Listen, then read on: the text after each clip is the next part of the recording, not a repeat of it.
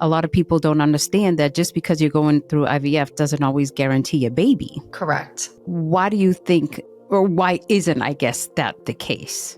I wish that was the case. The reality is the technology is incredible, but only comes so far. And the field has rapidly changed, over the decade since I've been in it, but it will rapidly change in the next decade as well. IVF is the only thing that we can offer patients that's going to exceed their natural rate of getting pregnant. Meaning if you're 38 and you're trying to get pregnant for the first time, your odds of getting pregnant per month are about 5%. And that's not zero, but that number feels pretty shocking for most people. However, if I do IVF and I have a genetically normal embryo, that number's closer to 65% per embryo. And those numbers are just in different stratospheres. So we can acknowledge, hey, this is really incredible, but human reproduction is highly inefficient.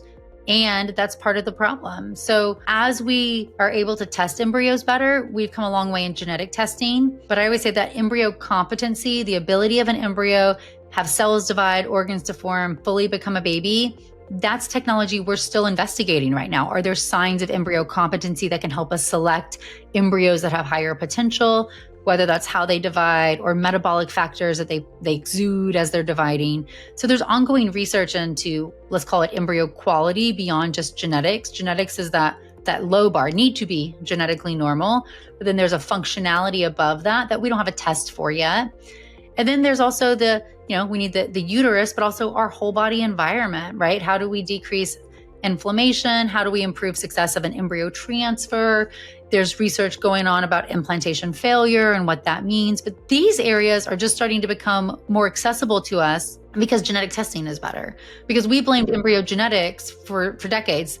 It's just harder to get pregnant because more genetically abnormal. Once we leveled that playing field and said we can get genetically normal embryos and now they're not implanting, now we're opening up these pathways to other avenues of research saying, well, how do I have a better embryo? And how do I make the uterine environment better? But we don't have all of that technology yet. And I think we will see IVF rates get higher as we start to, cross some of those thresholds.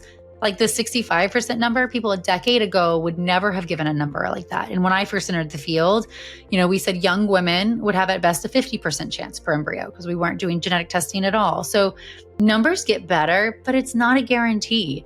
And so I would say none of this is an insurance plan. None of this is a guarantee. It's an investment though. It's an investment in you, an investment in your goals, doing it with knowledge and understanding the most likely road for you.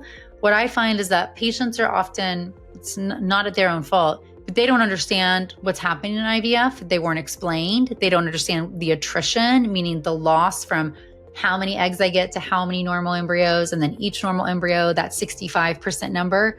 And so they're shocked if they go through and they get one normal embryo and then it doesn't work, instead of sometimes doctors taking the time to say, based on your egg count and based on your age, I would expect this many eggs, which means this many embryos, which means this many cycles it might need.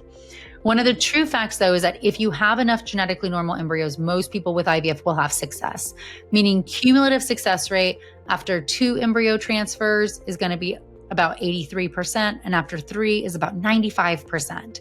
95%. So that means if I have 3 genetically normal embryos, 95% of people are going to be pregnant and have a baby.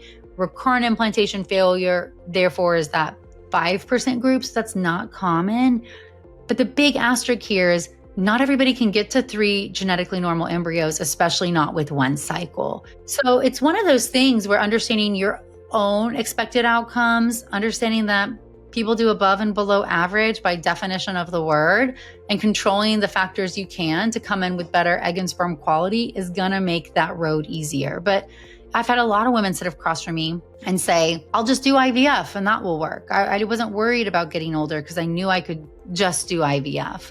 But IVF isn't that guarantee, like you said. And so, it shouldn't be somebody's backup plan. Even if it is the best technology that we have, it still has limitations.